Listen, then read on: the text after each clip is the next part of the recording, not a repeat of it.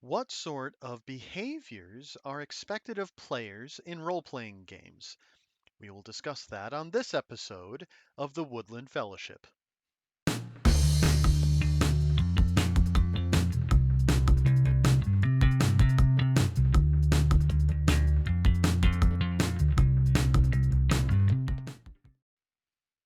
Hello, everyone.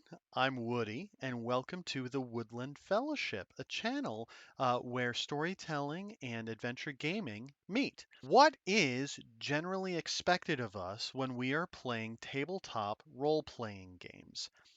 Now, we're going to spend about the next 30 or so minutes together breaking down the basic player etiquette into the 5 C's of a valuable player and how they apply before, during, and after a game session. Now, these naturally can have a great influence in lots of other areas of our lives outside of the gaming table, but we are going to keep our focus on RPGs for now. So, the 5 C's are as follows: they are communication, consistency, contribution, cooperation, and collaboration. And so imagine that each of these are elements of your own pirate ship, because after all, this is the Adventures in the 5 C's. Arr! You're welcome. So if we pretend like these are 5 elements of your own pirate ship, what are those elements? So the communication would be the wind in your ship's sails. Consistency would be the hull of your ship. Contributions would be the rudder of your ship. Cooperation is the broadside cannons that your ship has to do the work. And collaboration is the actual plunder and loot that your ship gets. Which of those 5 C's do you already know that you need to work on just by looking at it? Go ahead and share in the comments below. Let's just dive right in. So that first C is communication. Communication. This is the wind in the sails of your pirate ship because this fuels everything else. If you have very good communication, that is going to positively affect the other C's that you have in between your sessions, before and after. That can apply to things like scheduling future sessions.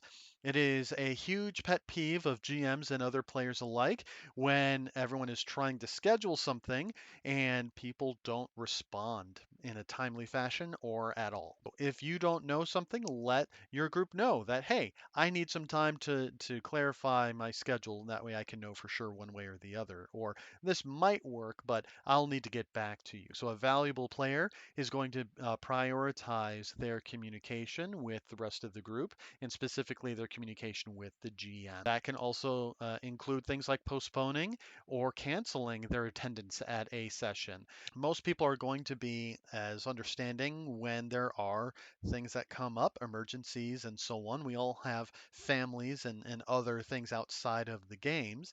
So someone who is good at communication is going to bring this up as soon as they know that there is a conflict, that they need to have their time and attention spent elsewhere. Communication also comes in time for planning for your meals, snacks, and beverages.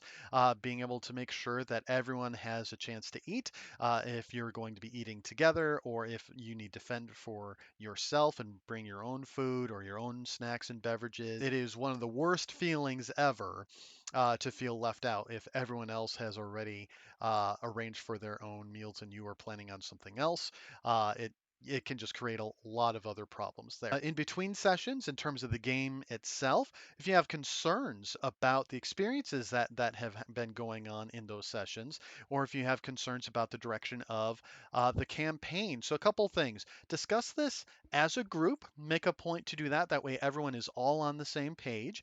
But also be willing to talk to the GM and maybe another player directly, especially if they are involved in some of the reasonings of your concerns. The key, though, is do not gossip or complain behind anyone's back, whether it's the GM or another player, because that will create an unnecessary level of interpersonal toxicity, and that will eventually kill the fun for everyone. What about during a session? So, this is where a valuable player will use communication in their descriptions of actions, adding to that sense of immersion and escapism. So, instead of being really bland and boring, saying, I hit him with my sword, he takes 12 damage. That isn't very exciting. It doesn't inspire creativity or the imagination. Instead, engage with that. Use your communication and your words well. So, if you have an idea of how your character would handle this, would that be just brute force? Would it be, are they graceful and dodging and parrying and then landing a blow that way? Are they slashing upward across the chest? Are they plunging forward to be able to hit them and then they hit their target maybe in the thigh? Or being able to use your words and descriptions of what you're trying to do, elaborate on this, and you will find that other people will be encouraged by this. So, in terms of communication in character, that you encourage role playing. So, maybe you're one of the types of players that use voices and accents. That is not required at all, but it certainly can be helpful for encouraging others. And so, and lastly, your conversations out of character in order to prevent confusion. So let's say you're also playing a particularly tactical game, making sure that when you're communicating what you're doing, that people are understanding what you are meaning. This does fuel everything else. And so that would then lead to our second C, which is also incredibly important. That is consistency. This is the hull of your pirate ship. And so if this fails, your entire ship will sink. It does not matter how good you are at all of these other things. If this fails, you fail as a player. So, for example, when it comes to consistency between your sessions, honor your commitments. If you've made a commitment to be somewhere at a certain time, do that. The worst thing that you can do as a player is a no call, no show, where people don't know where you are if you just chose to back out and not be there. Most groups will maybe forgive one. If you had a compelling reason, such as you got into a car accident and your phone died or something, to prevent that ability for people to know where you were, and it just took some time. So, usually a group, as I said, will forgive one, maybe two, but definitely they will not allow three to go without some sort of response. And typically, these are the sorts of things that will get you kicked out of a group very, very quickly, where they don't want to play with you because they can't rely on you. So be very, very intentional on that consistency and honoring your commitments there. So it does tie very closely to communication, naturally. Now, the second worst thing ever that you can do in regards to consistency in between sessions is a last minute cancellation for a non emergency, especially because if all of the rigmarole that tends to happen in trying to schedule a session, we land on a day and a time, and then last minute you go, yeah, actually, I'm not going to be there. Not because of some sort of unforeseen problem, but something that could have been avoided and planned around. Because you want to go see a new movie, you just want to stay home and play a game on your Xbox. That is communicating something to the rest of the group that their time is not valuable to you or as valuable, especially the time of the GM in terms of preparing the session, because that really affects a lot of different things, especially if you have a lot of combat and things like that. That needs a little bit of balancing so that way your party doesn't die, but has a good challenge there. So this is better than a no call no show, and because in these sort of situations you're still communicating, but that's still not the greatest thing ever. This C, consistency, this is not always noticeable in a group if it is healthy across the board, but it becomes very evident very quickly when it is not a healthy attribute among players in a group. So be very, very intentional about your consistency. It doesn't sound super fancy or impressive, but it is absolutely vital to the health of your overall gaming experience. So be consistent there. What about during sessions? What about during sessions? So things like that apply to your consistency is actually arriving on time. It kind of applies to the in-between sessions as well. But again, if you've made that commitment, honor that. Be there on time. Limit your out of character conversations because you are being a consistent player. Your focus is on the game and not trying to, discuss other happenings that can detract from from that. Limiting metagaming. Now, there are videos and videos about metagaming and lots of things about it. We might discuss it on this channel as well.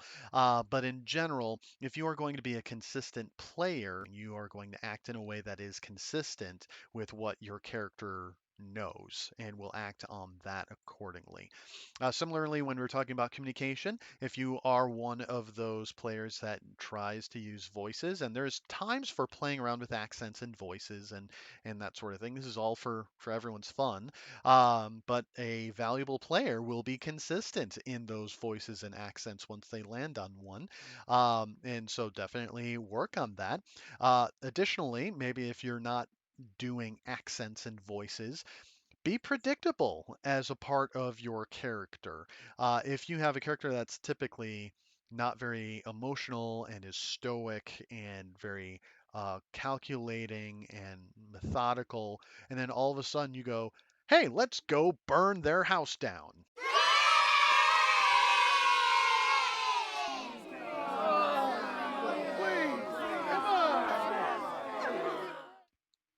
That is going to throw a lot of people off, and especially if you keep just throwing out all of these random things, it will definitely throw off the rest of your rest of your table there.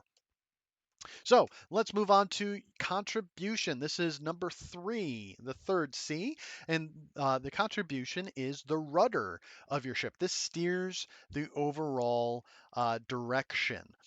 So this can affect the direction not just of your character, not just of the campaign, but also of the role of game nights and everybody's fun.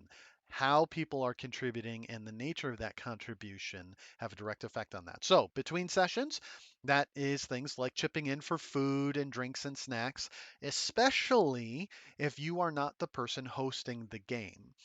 Sometimes whoever is hosting the game often will be bearing the brunt of the financial cost there. And so, if it is possible to do that, contribute in order to help cover the costs there. So that way everybody can continue to have fun with that.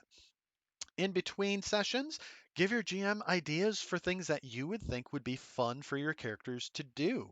Maybe you like the idea of a heist, or maybe it's something even more simplistic that you want to run a dungeon that is based in a castle somewhere. Maybe it's on fire, and so a fiery castle sounds really cool to you. Any ideas that you have that would be fun, let your GM know because that allows them to help create those sort of things. Your GM is not a mind reader. They're not necessarily going to know the things that you want to do all the time. So always be willing to contribute to the fun that way. What about during sessions? During sessions. So the key here is to be proactive in your mindset. So take that sense of ownership over the things that you can control. So that's things like bringing your own sets of dice and pencils and notebooks and that sort of thing if possible. I know that's not always possible, but if you can, that is awesome. Also, during the session, take detailed notes of what is going on. So as soon as your GM gives you a name of a person, name of a character, an enemy, a location, write it down. Maybe take notes on overall situations and quest goals. Maybe there's interesting bits of lore in history as the GM feeds it to you.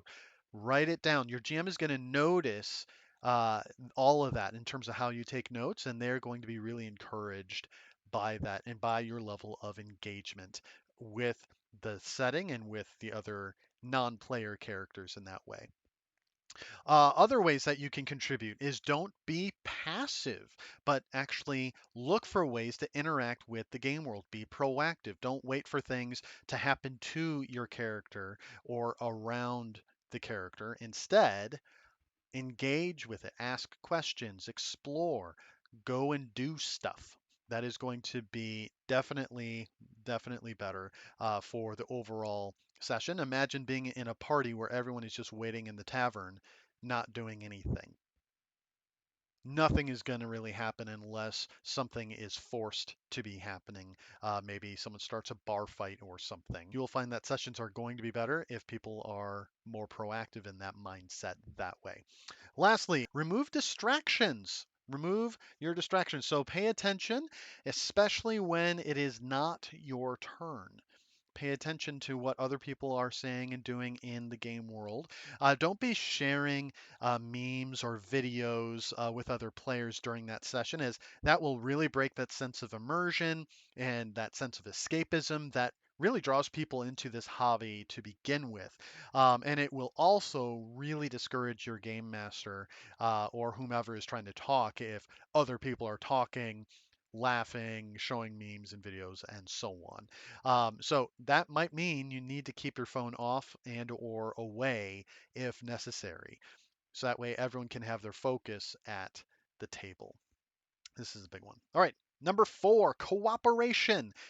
So as we're going through and creating our pirate ship, we are now to the broadside cannon. So cooperation, this is how the fun happens. This is doing the overall work of the game that leads to fun is in cooperation. So, what does that look like? So, in between sessions, that might mean you need to have a spirit of cooperation when scheduling for future sessions. Maybe you have a preferred day and time, but you have an alternate day and time that doesn't work the best for you, but that is what works for everybody else.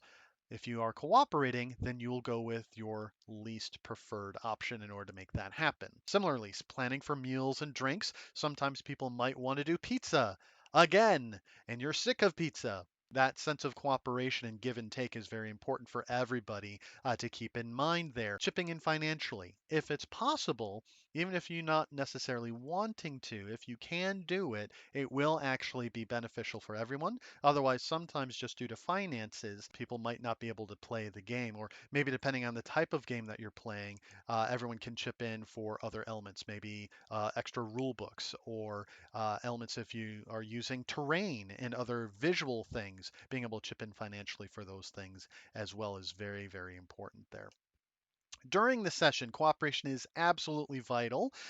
We want to be mindful of the people around us. So, a valuable player will be keeping track of what other people are doing. So, a way to think of this is do you find that you might tend to hog the spotlight or sometimes get carried away in a given scene and do a lot of the talking and actions and doing stuff? Look for those opportunities to let other people and other players have those sort of special moments too. And so if you're not sure if that's you, just think about maybe the last session you've been in and think about how much time you spent actually saying and doing stuff in the game session compared to witnessing other people saying and doing stuff. That might indicate potentially you might need to work a little bit more on cooperation. With that in mind, don't trample someone else's moment. Sometimes other players will want to spend time doing things that you're just not interested in, or your character doesn't really have a main role to play. Let them have their moment because naturally they are going to try and let you have your moments as well. If someone else is having a really cool moment that's happening, it might be tempting to jump in and do something that might take the attention away from them or one ups whatever they're trying to do. And don't do that. And don't do that. Let them have their moment. I've actually seen that exact same situation happen in a professionally streamed Dungeons and Dragons game where one player was attempting something very difficult and had very low odds of success, but she was able to roll incredibly well, well enough to succeed in the way that she was hoping to. And another player immediately jumped in, trying to do something else to contribute to it to almost make it seem like it was their actions that made the thing happen, not the other player's amazing luck in that regard. Don't do that. Now, I know you might be saying, Woody, you were just talking about looking for ways to contribute. I get it. This is where cooperation comes in mind. You're not trying to trample on other people in the process. The valuable player does not do that. Similarly, don't be a troll. Sometimes it can be pretty evident when your GM has prepared something for your party to try and face something or do something. And it can be incredibly discouraging to just downright frustrating if there are players that are actively trying to ruin what the GM has prepared.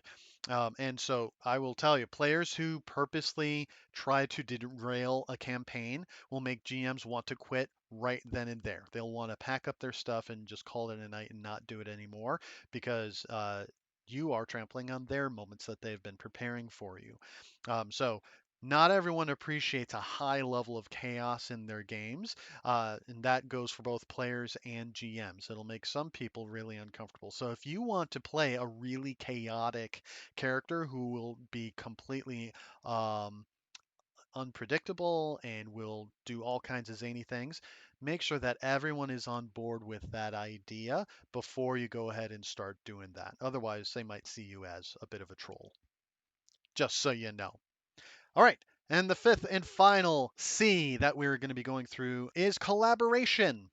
That is the plunder and loot of your pirate ship. This is the good stuff. This is ultimately what is the payoff of all of the other hard work that the other C's are putting in. Now, cooperation and collaboration are really similar. So, what's the deal with this? Cooperation, that is when we're thinking about where everyone starts working together instead of arguing, where the focus of cooperation is more on team efficiency and unification. That's the focus on cooperation, where collaboration is focusing on everyone working together to do things that they would not be able to do on their own, things like innovation and synergy. If you think to the first Avengers movie, that came out, what was that, 2012, I believe. One particular moment that I absolutely loved, and it was really short, but it was one of those things that really establishes what we mean when we say collaboration, especially in a role playing game environment. There's a montage at one point when the heroes are fighting off aliens in New York City. You have Iron Man who comes and he shoots this beam at Captain America's shield.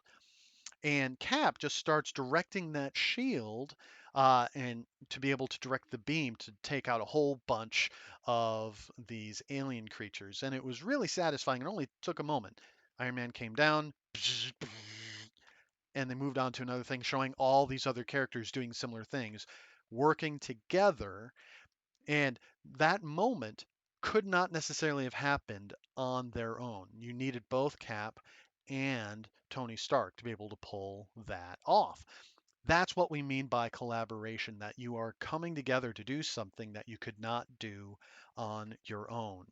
So, before and after your sessions, in between, this can be something where maybe it's during your character creation before the campaign begins, or maybe it's just as the campaign is developing.